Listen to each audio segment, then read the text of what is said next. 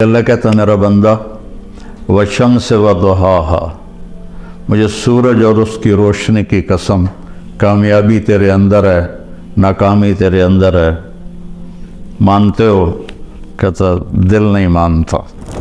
پھر اللہ کہتا ہے والقمر اذا تلاہا، مجھے چاند کی قسم جب وہ پیچھے آتا ہے، کامیابی تیرے اندر ہے، ناکامی تیرے اندر ہے، سمجھ میں آئی ہے بات؟ کہتا نہیں آئی۔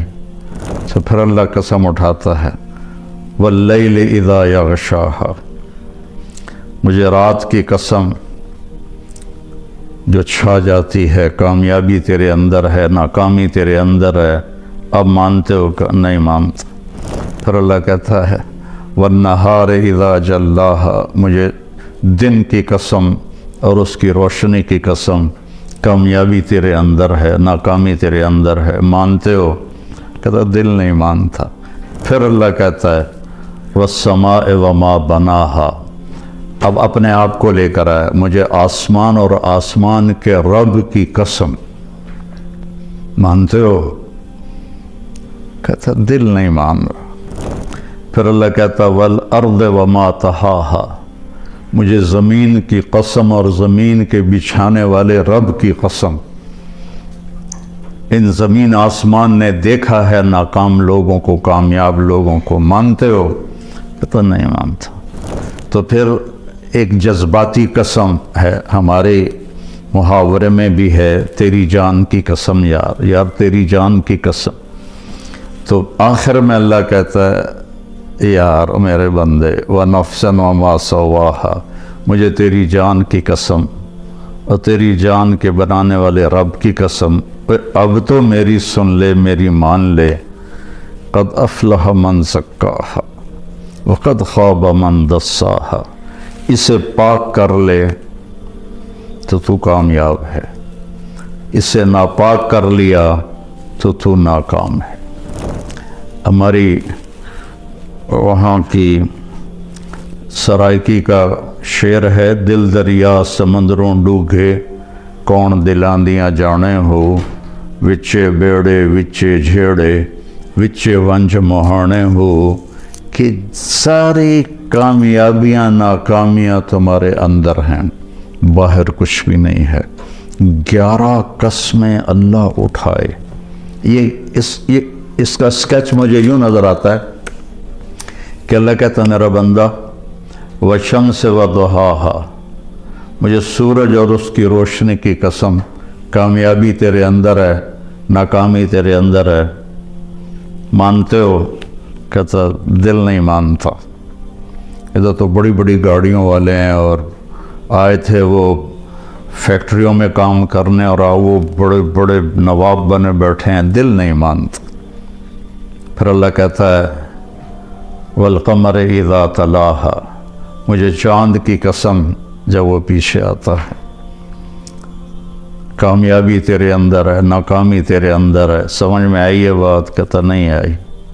تو پھر اللہ قسم اٹھاتا ہے واللیل اذا یغشاہا، مجھے رات کی قسم جو چھا جاتی ہے، کامیابی تیرے اندر ہے، ناکامی تیرے اندر ہے، اب مانتے ہو کہ نہیں مانتے؟ پھر اللہ کہتا ہے والنہار اذا جلاہا، مجھے دن کی قسم اور اس کی روشنی کی قسم، کامیابی تیرے اندر ہے، ناکامی تیرے اندر ہے، مانتے ہو؟ کہتا دل نہیں مانتا۔ پھر اللہ کہتا ہے والسماء وما بناہا، اب اپنے آپ کو لے کر آئے، مجھے آسمان اور آسمان کے رب کی قسم، مانتے ہو؟ کہتا دل نہیں مان رہا۔ پھر اللہ کہتا والارض وما طحاہا، مجھے زمین کی قسم اور زمین کے بچھانے والے رب کی قسم، ان زمین آسمان نے دیکھا ہے ناکام لوگوں کو، کامیاب لوگوں کو، مانتے ہو؟ کہتا نہیں مانتا۔ تو پھر ایک جذباتی قسم ہے، ہمارے محاورے میں بھی ہے، تیری جان کی قسم یار، یار تیری جان کی قسم۔ تو آخر میں اللہ کہتا ہے یار میرے بندے وَنَفْسًا وَمَا سَوَّاهَا، مجھے تیری جان کی قسم اور تیری جان کے بنانے والے رب کی قسم، اب تو میری سن لے، میری مان لے، قد افلح من زکاہا وقد خاب من دساہا، اسے پاک کر لے تو تو کامیاب ہے، اسے ناپاک کر لیا تو تو ناکام ہے۔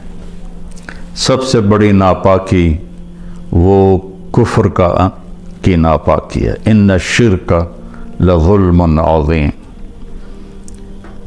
والکافرون هم الظالمون، اللہ کا انکار کرنے والے وہ سب سے بڑے ظالم ہیں، اور سب سے بڑی یہ ناپاکی ہے جس میں انسان ایسا ہی ہے جیسے گندگی کے گٹر میں کوئی گرا ہوا ہو تو اس کا پورا وجود بدبودار ہو جاتا ہے۔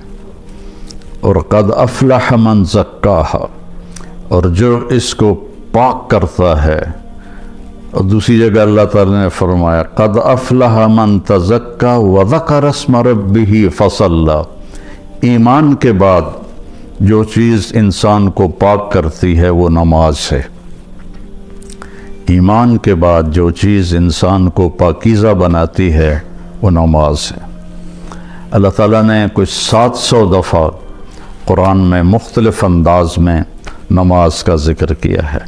اقیموا الصلاۃ وآتوا الزکاۃ 10 دفعہ تو یہ آیا ہے، 68 دفعہ لفظ صلاۃ قرآن میں آیا ہے، اور 700 دفعہ قرآن میں نماز کا ویسے ذکر آیا ہے، والقانتین والقانتات، اس سے نماز مراد ہے۔ تو ایمان کے بعد سب سے بڑی جو چیز ہے وہ سجدہ ہے جو انسان کو پاکیزہ بناتا ہے۔ تو یہ کامیابی آپ موت کے وقت ساتھ لے کر جائیں گے۔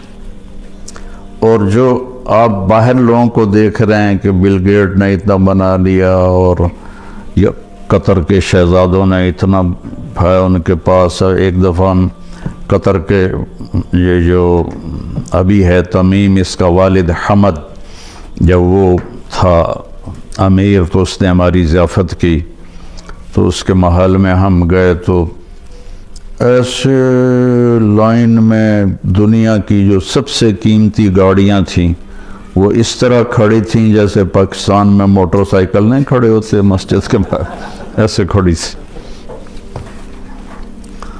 پورے پاکستان کا بجٹ شاید تھا جو وہاں گاڑیاں کھڑے تھے۔ لیکن موت کے وقت وہ ایک چھوٹی سی چارپائی پہ اٹھا کے اس کو زمین میں دبا دیا جائے۔ ایک دفعہ ہماری جماعت گئی ایک گاؤں میں، تو مسجد تھی چھوٹی، تو اس کے ایک کونے میں وہ جنازے والی چارپائی پڑی تھی۔ تو ایک ساتھی کو لازمی اس پہ سونا تھا چونکہ جگہ تنگ تھی، اور سردیوں کے دن تھے، یہ بھی نہیں باہر سو جائیں، تو کوئی بھی نہیں سو رہا۔ تو میں نے کہا میں سوتا ہوں، میں نے بڑی دلیری دکھائی، میں سو گیا، مجھے ساری رات نیند نہیں آئی۔ میں کہا ہونے آیا اسرائیل، ہونے آیا اسرائیل، ساری رات میں جاگتا رہا، مجھے نیند نہیں آئی۔ لیکن جس نے اپنے من کو پاکیزہ کر لیا ہے تو وہ تو سب کچھ اپنے ساتھ لے کے جائے گا نا، کوئی چیز اس کے پیچھے نہیں رہے گی، سب کچھ اس کے ساتھ جائے گا۔ تو جس نے اس جہان کو بنایا اور اپنی ذات سے غافل رہا تو اس کو تو مرتے ہوئے حسرت کے سوا کچھ بھی نہیں ہوگا۔ تو میرے اللہ نے مردوں اور عورتوں کے لیے ایک ہی پیمانہ بنایا ہے کامیابی کا، مالدار کے لیے، غریب کے لیے، امیر کے لیے، کہ اس سر سے لے کر پاؤں تک اپنے وجود کو اللہ کی مرضی میں ڈھال دیں۔ وہ چند چیزیں ہیں، 5 نمازیں ہیں، اس میں غفلت نہ ہو، کبھی قضا ہو جائے تو سونے سے پہلے پڑھ لے۔ سال کے بعد روزے آتے ہیں جو ہماری پورے باڈی کی اوور آلنگ کر دیتے ہیں، اور اس کے بعد پھر نوافل ہیں وہ اللہ نے آپ سے مانگے نہیں، ٹوٹل جو اللہ نے ہم سے حساب لینا ہے وہ 17 رکعات ہیں، جو فرض کی 17 رکعات ہیں، 2 فجر کے، 4 ظہر کے، 4 عصر کے، 3 مغرب کے اور 4 عشاء کے، ان 17 رکعات کا حساب ہے۔